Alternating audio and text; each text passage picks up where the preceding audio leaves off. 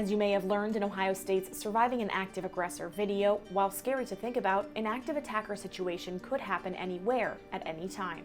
It's best to be prepared and remember, only you can decide whether to run, hide, or fight based on your proximity to danger. If inside a classroom and needing to secure in place, you need to be familiar with how to lock classroom doors.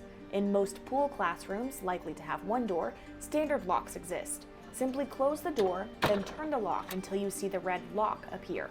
This green or white and red system makes it easier to know from across the room if a door is locked.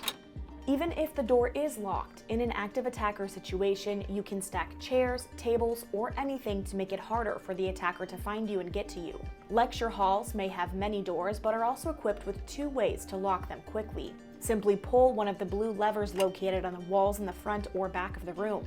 Pulling just one lever will lock all entryways and exits to your room and alert law enforcement immediately. If your classroom has a keypad on the door, simply shut it and push the lock button. This keeps the door locked until someone opens it from the inside. Now, this lock doesn't call authorities, so be sure to call 911 yourself.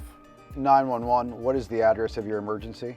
Either way works, so help look out for your fellow Buckeyes. We encourage everyone to watch our full Surviving an Active Aggressor video for more tips on how to be prepared.